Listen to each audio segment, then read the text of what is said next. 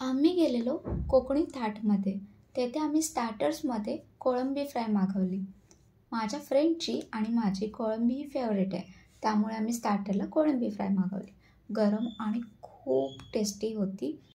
त्यानंतर आम्ही मागवली सुरमई थाळी.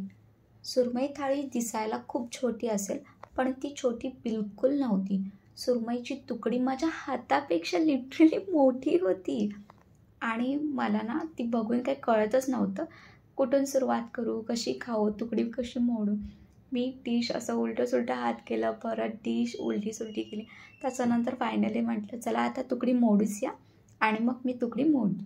खूप टेस्टी होती ती तुकडी, एकदम खूप टेस्टी होती आणि मच्छी फ्रेश असल्यामुळे ती खूप चवीला खूप छान लागत होती. पण हां, सुरमईपेक्षा कोळंबी जास्त टेस्टी होती. तुम्ही गेलात ना तर नक्की स्टार्टरला कोळंबी फ्राय मागवाच. आणि तिथली मच्छी खूप फ्रेश असते, खूपच फ्रेश होती.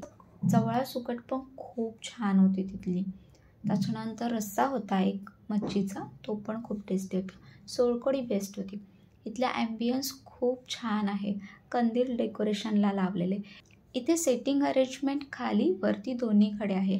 वरती पण मी तुम्हाला व्हिडिओमध्ये दाखवले, नक्की बघा आणि नक्की विजिट करा. खूप टेस्टी जेवण आहे कोकणी थाटमध्ये ऐरोळीमध्ये.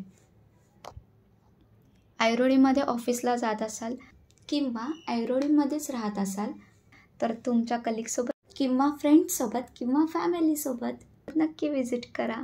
बाय, काळजी घ्या.